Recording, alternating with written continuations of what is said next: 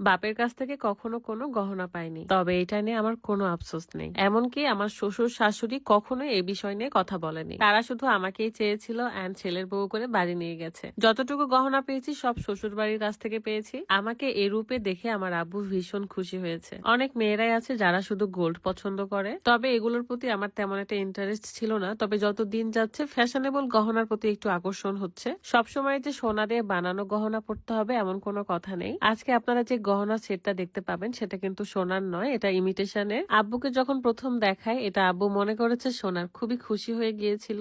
মালা, bracelet এবং কানের দুল, এই সেটটা আমি নিয়েছিলাম স্যালুট ফ্যাশন ফেসবুক পেজ থেকে। পেজটা আমার ভিডিও ডেসক্রিপশনে দেওয়া থাকবে, আপনারাও চাইলে গহনার সেটটা কিনতে পারেন। অনেক ডিজাইনের রয়েছে, আপনারা আপনাদের পছন্দ মতো কেনাকাটা করবেন। আরো বলে দিই, তাদের কাছে পেয়ে যাবেন 1.5 গ্রাম গোল্ড পলিশের জুয়েলারি, এর সাথে পাবেন দুবাই গোল্ড পলিশের বিভিন্ন জুয়েলারি। কালার গ্যারান্টি তো থাকছে, সাথে কালার চলে গেলে আবার কালার করে নিতে পারবেন। ইনশাল্লাহ কোনো একদিন গোল্ড দিয়ে বানাবো এরকম একটা সেট, তবে দেখলে কেউ বুঝতেই পারবে না এটা গোল্ড নয়। এই সেটটা শাড়ির সাথে ভীষণ ভালো লাগবে, তবে আমাকে কেমন লাগছে অবশ্যই কমেন্ট করে জানাবেন। বাবার বাড়ি থেকে আমি কিন্তু কোনো গহনাই পাইনি, একটা নাকফুলও নয়। সো আমার শ্বশুর বাড়ির লোকদের কখনো এসব নিয়ে কোনো অভিযোগ ছিল না। আপনারা কিন্তু দেখেছেন আমি গহনা খুবই কম পরি, ইদানিং একটু মালাটা পরে থাকি আর কি। চুড়ি, কানের দুল, আংটি তেমন একটা পরা হয় না। বাবার বাড়িতে এসেছি খুবই গুরুত্বপূর্ণ একটা কাজে, এই সুযোগে আব্বুর সাথে রমজানটাও কাটানো হচ্ছে। তবে 2 দিন পরেই কিন্তু চলে যাব।